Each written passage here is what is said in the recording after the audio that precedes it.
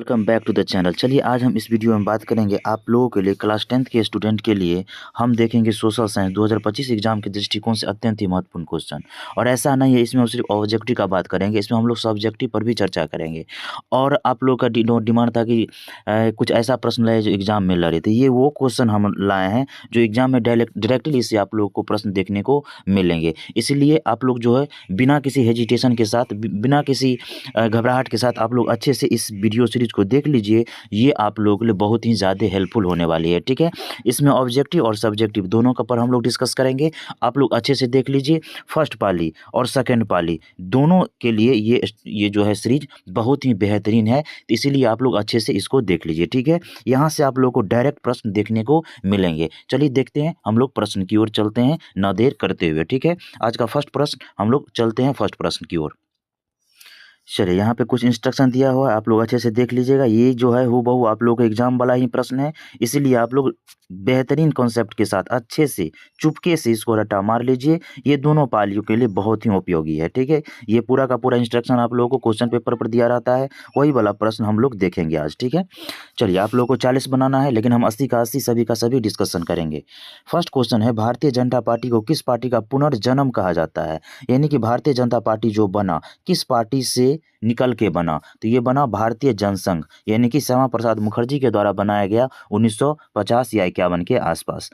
Next question देखते हैं, दलित panthers नामक संगठन की स्थापना किस राज्य में हुई? ये बहुत ही बेहतरीन क्वेश्चन आप ये सभी का सभी है, इसीलिए अच्छे से देख लीजिए। दलित पैंथर नामक संगठन की स्थापना किस राज्य में होती है? तो महाराष्ट्र में होती है दलित पैंथर्स नामक संगठन की स्थापना। नेक्स्ट क्वेश्चन है, कौन सा संविधान संशोधन नगरीय स्थानीय स्वशासन से संबंधित है? स्थानीय स्वशासन से संबंधित है 74वां संविधान संशोधन, जबकि 73वां संविधान संशोधन जो है वह पंचायती राज से संबंधित है। वह किससे संबंधित है? पंचायती राज से संबंधित है। नेक्स्ट क्वेश्चन है, बलवंत राय मेहता ने समिति ने अपने प्रतिवेदन में कितने स्तरीय राज्य व्यवस्था की सिफारिश की? याद कीजिएगा, बलवंत राय मेहता, बलवंत राय मेहता, इसके नाम में 3 ठो वर्ड है, बलवंत राय मेहता, तो क्या हो जाएगा? त्रिस्तरीय, याद रखिएगा। और जो है पंचायती राज से संबंधित है, एक होता है अशोक मेहता, क्या है? अशोक मेहता, तो 2 है तो उसमें 2 स्तरीय मारिएगा, ठीक है। देख लीजिए, याद करने का तरीका भी हम लोग बताते जाते हैं, जो किसी प्रकार का कोई दिक्कत नहीं हो। भारत में प्रथम नगर निगम की स्थापना कहाँ की गई? भारत में प्रथम नगर निगम की स्थापना मद्रास में होती है। कहाँ होती है? मद्रास में होती है। नेक्स्ट क्वेश्चन है, सर्वप्रथम किस राज्य में महिलाओं को पंचायतों में 50% का आरक्षण दिया गया? सबसे पहले महिलाओं को जो है गुजरात में जो है सबसे पहले 50% का आरक्षण दिया जाता है। नेक्स्ट क्वेश्चन देखते हैं, दल बदल कानून निम्न में से किस पर लागू होता है? दल बदल कानून जो है सांसदों और विधायकों पर लागू होता है 52वां संविधान संशोधन 1985 के तहत। आइए नेक्स्ट क्वेश्चन देखते हैं, क्षेत्रवाद की भावना का एक कुपरिणाम क्या है? क्षेत्रवाद की भावना का एक कुपरिणाम है अलगाववाद। क्या है? अलगाववाद जो है क्षेत्रवाद का जो है वो सबसे बड़ा कुपरिणाम है। अर्थशास्त्र पुस्तक किसने लिखी? यानी कि अर्थशास्त्र नामक पुस्तक किसके द्वारा रचा गया? वो है चाणक्य। किनके द्वारा? चाणक्य के द्वारा रचा गया अर्थशास्त्र। नेक्स्ट क्वेश्चन है, इनमें से किस देश की संघीय व्यवस्था अन्य से अलग है? किस देश की संघीय व्यवस्था अन्य से अलग है? संघीय व्यवस्था जो है याद रखिएगा, यूएसए का जो संघीय व्यवस्था है अन्य देश से अलग है। यूएसए यानी कि अमेरिका, संयुक्त राज्य अमेरिका। भारत की संघीय व्यवस्था निम्न में से किससे प्रभावित है? संघीय का बात हो रहा है ना, इससे पहले भी हम कई वीडियो में मैंने चर्चा किया, संघ बोलेगा तो क्या मारना है? कनाडा मारना है। कहाँ? कनाडा मारना है। यानी कि संघीय व्यवस्था जो है भारतीय संविधान में कनाडा से लिया गया। भारतीय संविधान की किस अनुसूची में राष्ट्रीय भाषाओं की सूची है? किस अनुसूची में राष्ट्रीय भाषाओं की सूची है? तो याद कीजिएगा, भाषा का उल्लेख 8वीं अनुसूची में है, जिसमें 22 भाषाओं का उल्लेख है, ठीक है। नेक्स्ट क्वेश्चन है, राज्य विधानसभा के चुनावों को कराने की जिम्मेदारी, राज्य में जो विधानसभा का चुनाव होता है जिसमें विधायकगण चुने जाते हैं, उसकी जिम्मेदारी होती है चुनाव आयोग को। इसे कराने का दायित्व किसे होता है? चुनाव आयोग के पास। शिक्षा को संविधान को किस सूची में रखा गया है? याद रखिएगा, 100 से शिक्षा और 100 से संवर्ती, तो शिक्षा को संवर्ती सूची में रखा गया है। नेक्स्ट क्वेश्चन है, जर्मनी का एकीकरण कब हुआ? बेहतरीन क्वेश्चन है। तो जर्मनी का एकीकरण 1871 ईस्वी में होता है। कब होता है? 1871 ईस्वी में होता है। हुआ हुआ आंदोलन की शुरुआत किसने शुरू किया? हुआ हुआ आंदोलन को शुरुआत किसने शुरू किया? फुनसु। किसने किया? हुइन फुनसो। किसने किया? हुइन फुनसो। नेक्स्ट क्वेश्चन है जनरल लोन नोल किस देश के प्रधानमंत्री थे? जनरल लोन नोन किस देश के प्रधानमंत्री थे? पहले भी इस वीडियो को हम लोग कई बार देख चुके हैं। तो ये कहाँ के प्रधानमंत्री थे? कंबोडिया के प्रधानमंत्री थे। कहाँ के? कंबोडिया के प्रधानमंत्री थे। नेक्स्ट क्वेश्चन देखते हैं। मार्च 1946 में फ्रांस और वियतनाम के बीच होने वाला समझौता किस नाम से जाना जाता है? फ्रांस और वियतनाम के बीच होने वाला समझौता किस नाम से जाना जाता है? जेनेवा समझौता के नाम से जाना जाता है। किस समझौता के नाम से जाना जाता है? जेनेवा समझौता के नाम से जाना जाता है। नेक्स्ट क्वेश्चन देखते हैं। गांधी जी ने साबरमती आश्रम की स्थापना कहाँ की? गांधी जी ने साबरमती के आश्रम की स्थापना 1915 में अहमदाबाद में करते हैं। कहाँ? अहमदाबाद में। कांग्रेस के किस अधिवेशन में स्वशासन की जगह स्वराज का लक्ष्य प्रस्तावित किया गया? स्वशासन की जगह स्वराज को टारगेट में रखा गया किस कांग्रेस अधिवेशन में? तो यह जो है कलकत्ता अधिवेशन में ये टारगेट रखा गया था। नेक्स्ट क्वेश्चन आते हैं। दांडी यात्रा से किस आंदोलन की शुरुआत हुई? दांडी यात्रा से शुरुआत हुई 1930 से में हुई थी। दांडी यात्रा कब हुई थी? 1930 से। 12 मार्च से लेकर 6 अप्रैल तक चला था। और इसके बाद जो है गांधी जी के द्वारा जो है सबनीय अवज्ञा आंदोलन की शुरुआत की गई थी। कब? कौन सा आंदोलन? सबनीय अवज्ञा आंदोलन की शुरुआत की गई थी। गांधी जी ने किस गोलमेज सम्मेलन में भाग लिया था? तो गांधी जी ने द्वितीय गोलमेज सम्मेलन में भाग लिया था। कि कौन सम्मेलन में? द्वितीय गोलमेज सम्मेलन में 1931 में होता है और ये असफल हो जाता है, सफल नहीं होता है। फॉरवर्ड ब्लॉक की स्थापना किसने की? फॉरवर्ड ब्लॉक की स्थापना जो है सुभाष चंद्र बोस के द्वारा किया जाता है। किनके द्वारा? सुभाष चंद्र बोस जी के द्वारा। बंगाल विभाजन कब और किसने किया? बंगाल विभाजन 1905 में होता है और उसमें वायसराय जो कौन थे? कर्जन थे। कौन थे? कर्जन थे। याद रखिएगा, ए नंबर मारिएगा। नेक्स्ट क्वेश्चन है। निम्न में से कौन मित्र राष्ट्र नहीं है? द्वितीय विश्व युद्ध और प्रथम विश्व युद्ध में 2 राष्ट्र बना था। एक मित्र राष्ट्र बना था, एक धुरी राष्ट्र बना था। तो मित्र राष्ट्र में कौन नहीं है? जो धुरी राष्ट्र के अंतर्गत आता है वो जर्मनी है। कौन है? जर्मनी है।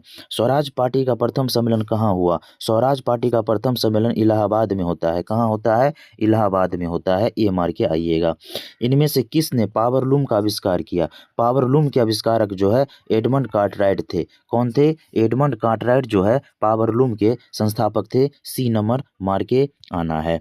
न्यू डील नामक नवीन आर्थिक नीति कहाँ लागू हुई? न्यू डील नामक नवीन आर्थिक नीति जो है यूएसए में लागू होता है, अमेरिका में लागू होता है। नेक्स्ट क्वेश्चन देखते हैं। 1991 में सोवियत संघ के विघटन के उपरांत कौन सा देश महाशक्ति के रूप में उभरा? 1991 में जब सोवियत संघ का विघटन होता है उसके बाद महाशक्ति के रूप में जो है वह जो है अमेरिका उभरता है। कौन उभरता है? संयुक्त राज्य अमेरिका उभरता है। इनमें से कौन सा देश सार्क यानी कि दक्षेस का सदस्य नहीं है? 1985 में इसका स्थापना होता है और इनके सदस्य देश में कौन नहीं है? इंडोनेशिया नहीं है। भारत, भूटान, बांग्लादेश, पाकिस्तान, अफगानिस्तान ये सब इनके सार्क के सदस्य हैं। 1985 में इनका स्थापना होता है। रूस किस देश को रूसो सॉरी किस देश का रहने वाला था? तो रूसो जो थे फ्रांस के रहने वाले थे। रूसो कहाँ के रहने वाले थे? ए नंबर फ्रांस मार के आना है। अल हिलाल का संपादन किसके द्वारा किया गया था? तो अल हिलाल का संपादन जो है मौलाना अबुल कलाम आज़ाद के द्वारा किया जाता है। अल हिलाल का ए नंबर मार के आना है। गुटेनबर्ग ने सर्वप्रथम किस पुस्तक की छपाई की थी? गुटेनबर्ग ने सबसे पहले बाइबिल की छपाई की थी। किसका? बाइबिल। सी नंबर मार के आना है। महात्मा गांधी ने इनमें से किसका संपादन किया था? महात्मा गांधी यंग इंडिया के संपादन किया हुआ था दक्षिण अफ्रीका से। बी नंबर मारिएगा। माउंट काबूर को विक्टर इमैनुअल ने किस पद पर नियुक्त किया? बेहतरीन क्वेश्चन है। ये जो है प्रधानमंत्री के पद पर इनको नियुक्त किया गया था। सी नंबर में। ठीक है। वियना सम्मेलन की मेजबानी किसने की? वियना सम्मेलन की मेजबानी जो है किनके द्वारा किया जाता है? मेटरनिक के द्वारा किया जाता है। मेटरनिक के द्वारा किया जाता है। आंतरिक विद्रोह को दबाने के लिए रूस में किस संगठन की स्थापना हुई? आंतरिक विद्रोह को दबाने के रूस में किस संगठन की स्थापना होती है? चेका संगठन की स्थापना होती है। क्या चीज का? चेका संगठन की स्थापना होती है। नेक्स्ट क्वेश्चन देखते हैं, भारत में उपभोक्ता संरक्षण अधिकार अधिनियम की घोषणा कब हुआ? भारत में उपभोक्ता संरक्षण अधिनियम की घोषणा कब हुआ? तो भारत में उपभोक्ता संरक्षण अधिनियम की स्थापना 1986 में होती है। ए नंबर मार के आना है। विश्व उपभोक्ता अधिकार दिवस कब मनाया जाता है? बेहतरीन क्वेश्चन है। विश्व उपभोक्ता अधिकार दिवस कब मनाया जाता है? 15 मार्च को मनाया जाता है। कहाँ कब मनाया जाता है? 15 मार्च को मनाया जाता है। B number मारिएगा। भारत में सर्वप्रथम राष्ट्रीय आय का अनुमान कब लगाया गया? भारत में सबसे पहले राष्ट्रीय आय का अनुमान 1868 ईस्वी में लगाया जाता है। दादा भाई नौरोजी के द्वारा 20 रुपया बताया जाता है। Poverty un British rule of India वो पुस्तक का नाम था जो दादा भाई नौरोजी के द्वारा लिखा गया था।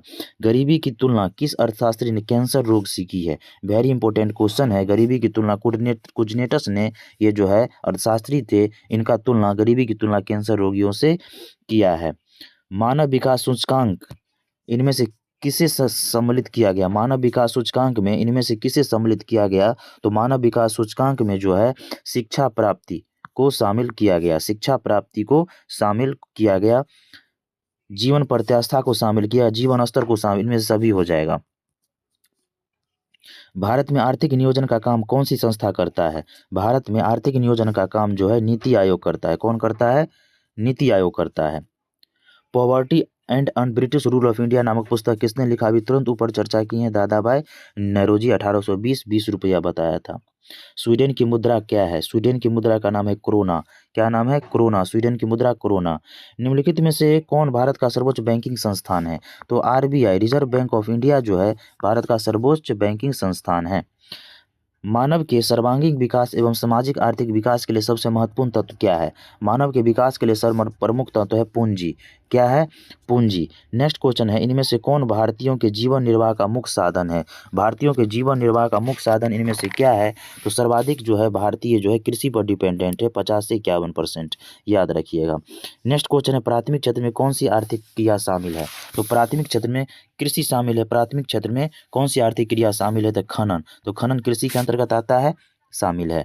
सोने के आभूषणों की गुणवत्ता सुनिश्चित करने के लिए किस मानक चिन्हों का प्रयोग किया जाता है? याद कीजिएगा, सोना पे क्या होता है? हॉल मार्का होता है। सोना पे क्या होता है? हॉल मार्का होता है। खाने की गुणवत्ता में एक मार्क होता है, ये सब याद रखिएगा।